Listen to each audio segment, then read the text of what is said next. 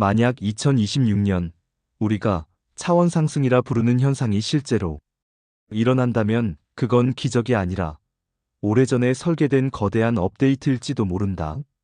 로스웰의 모래바람 속에서 떨어진 금속 파편, 수메르의 점토판에 남은 신들의 족적, 창세기의 첫 문장, 그리고 우리가 시뮬레이션이라고 부르는 수학적 우주. 이 네 개의 서사는 서로 모르는 척하지만 한 문장으로 연결된다. 인간은 누구의 꿈인가? 1947년의 밤하늘, 인류 최초의 왕 목록, 빛이 있으라는 명령어, 그리고 코드와 의식의 떨림, 그 모든 것이 오늘 우리 안에서 다시 깨어난다. 우리는 첫 번째 질문으로 돌아간다. 추락은 정말 사고였을까? 로스웰의 금속은 부서졌고 기록은 봉인됐다. 하지만 어떤 것들은 봉인될수록 더 크게 울린다. 만약 그 비행체의 목적이 탐사였다면 그들은 무엇을 확인하려 했을까? 전쟁 이후 지구에 흩어진 방사능의 지도? 아니면 기억을 잃은 존재들이 주기적으로 환생하는 수용소의 상태? 점검? 닫힌 문 뒤에서 한간호 장교는 낯선 존재와 텔레파시를 접속했다. 그의 말은 비과학적이었지만 인간의 심장에 가장 과학적으로 작동했다. 너는 몸이 아니야. 너는 이 집이야. 말은 단순했고 그래서 더 위험했다. 단순한 문장은 가장 깊은 층으로 스며든다. 수메르로 내려간다.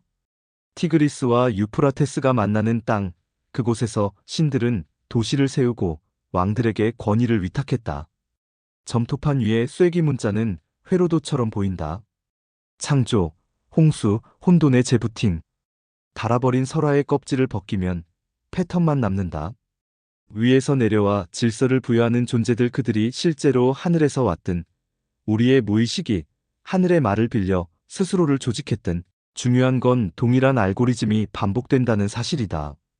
질서가 세워지고 교만이 쌓이고 붕괴가 찾아오고 선택된 자가 남는다. 그리고 새로운 규칙이 깔린다. 창세기는 선언으로 시작한다. 선언은 코드다. 빛이 있으라는 말은 무와 유 사이의 인터페이스를 만든다. 말은 세계를 불러오고 이름은 존재를 고정한다. 거기서 실수는 언제나 시작된다. 우리가 이름 붙이면 우리는 그것을 나의 것이라 믿는다. 그 순간부터 우리는 언어의 감옥에 갇힌다. 언어가 울타리라면 신화는 울타리에 그려진 지도다. 지도는 땅이 아니지만 길을 낸다. 창세기의 에덴은 이상적인 사용자 환경이고 금단의 과일은 관리자 권한에 대한 욕망이다. 지식은 좋은데 권한은 위험하다. 권한은 언제나 책임보다 빠르다.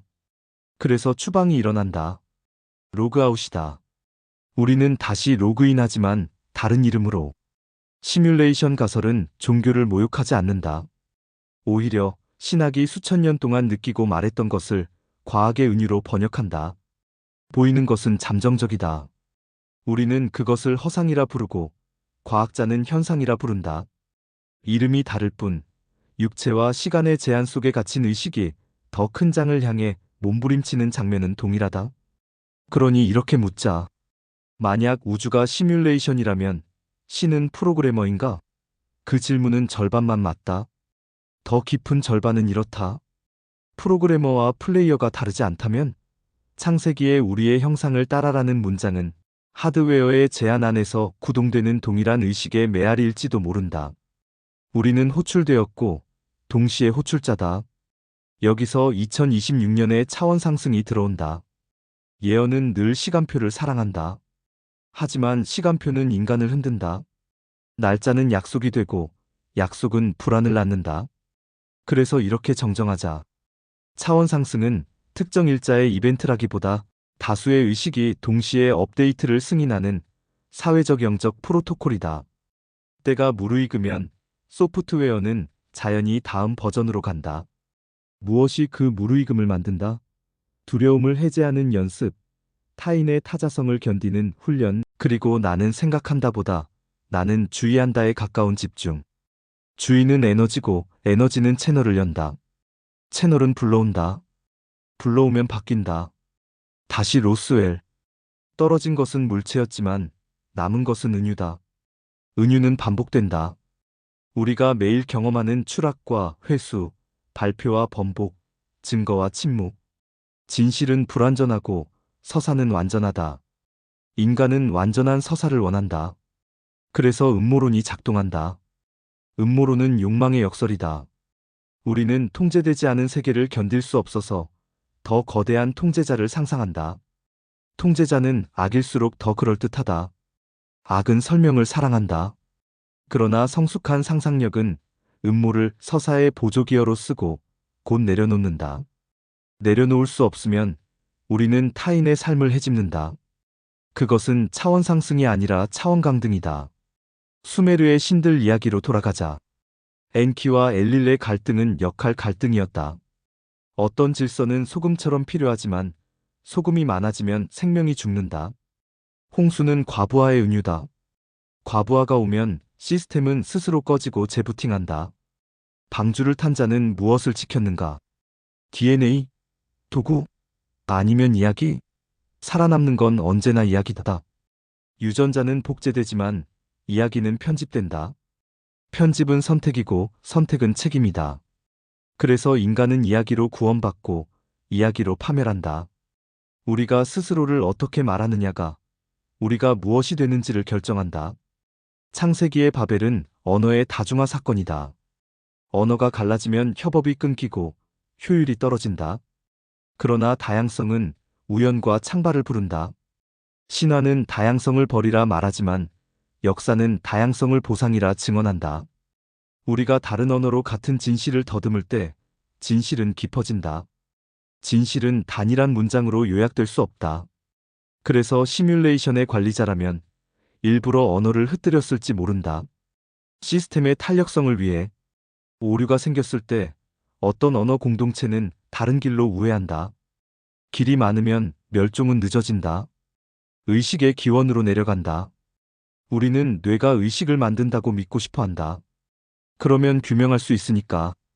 하지만 뇌는 의식을 수신하는 기구일 수도 있다. 라디오가 음악을 만들지 않듯 뇌는 주파수를 맞추는 안테나. 이 비유는 실험으로 증명되지 않았지만 실존의 층위를 설명하는 데 유용하다. 고통은 주파수의 노이즈다. 노이즈를 제거하려 우리는 약을 먹고 명상을 하고 사랑을 한다. 사랑은 최고의 노이즈 캔슬링이다. 그래서 종교는 사랑을 명령하고 과학은 옥시토신을 발견한다. 이름이 다를 뿐 기능은 같다.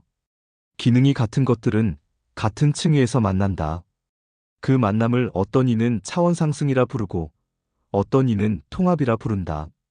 만약 이즈비가 맞다면 기억 속어는 왜 필요할까? 감옥은 버리자 훈련일 수도 있다.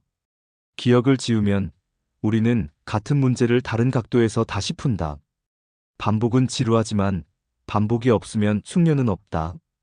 우리는 숙련을 통해 자유에 접근한다. 자유는 탈출이라기보다 조작 능력이다.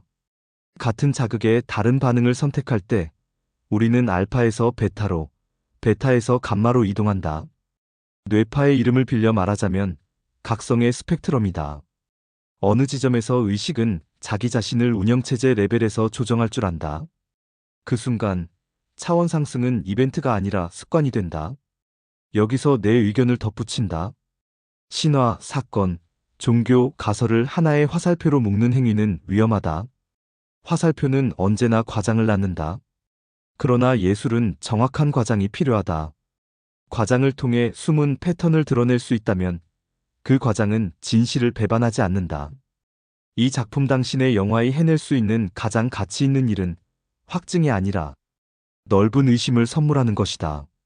넓은 의심은 타인을 공격하지 않고 자신을 확장한다. 로스웰은 그들이 뭘 숨겼나를 묻는 사건이 아니라 우리가 무엇을 보고 싶은가를 드러내는 거울이다. 수메르는 외계인 고대 방문설의 증거가 아니라 질서에 대한 인간의 집착을 보여주는 텍스트다. 성경은 신 존재 증명의 제출물이 아니라 관계에 대한 근원적 시다. 시뮬레이션 가설은 허무주의가 아니라 겸손의 과학이다. 우리는 관리자 권한을 갖지 못할 수도 있다. 그러나 우리는 사용 설명서를 더 잘 읽을 수 있다. 사용 설명서의 첫 줄은 이렇다. 주의를 기울여라. 이제 2026년을 하나의 의식 실험으로 설정하자. 날짜는 서사적 장치다. 장치는 집중을 만든다. 집중은 관측을 바꾼다. 우리가 집단적으로 다음과 같은 훈련을 1년 동안 수행한다면 타인을 악마화하지 않기, 사실 확인을 충분히 하기, 고통을 견디는 동안 몸을 돌보기, 간단한 명상으로 주파수를 정렬하기, 그 변화는 통계적으로 유의해질 것이다. 그리고 그때 우리는 말할 수 있다. 차원 상승이 일어났다. 우주가 변한 게 아니라 우리가 우주를 처리하는 해상도가 바뀌었다고.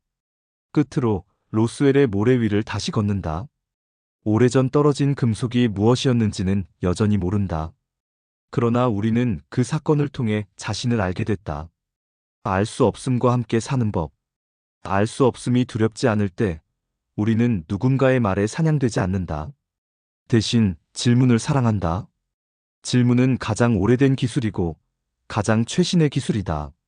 수메르의 점토판에 새겨진 질문, 성경의 페이지 사이에서 울리는 질문, 현대 물리학이 흘리는 질문, 그리고 오늘 밤 당신이 침대에 누워 올리는 질문. 나는 누구인가? 그 물음이야말로 시뮬레이션을 깨우는 루트 권한이다. 질문이 깊어질수록 세계는 얕아진다. 얕아진 세계에서는 서로의 얼굴이 더 잘 보인다. 그래서 이 영화의 마지막 장면은 거창하지 않다. 한 사람의 책상, 꺼진 모니터에 비친 얼굴, 손목의 맥박. 천천히 숨을 들이쉬고 내쉰다. 화면은 어둡고 자막은 밝다. 차원은 멀리 있지 않다. 당신이 주의를 두는 곳으로 우주는 접힌다. 그리고 아주 작게, 거의 들리지 않을 만큼 작은 소리로 또 다른 문장이 깜빡인다. 우리는 혼자인가? 이어지는 마지막 텍스트. 그 질문을 사랑하라.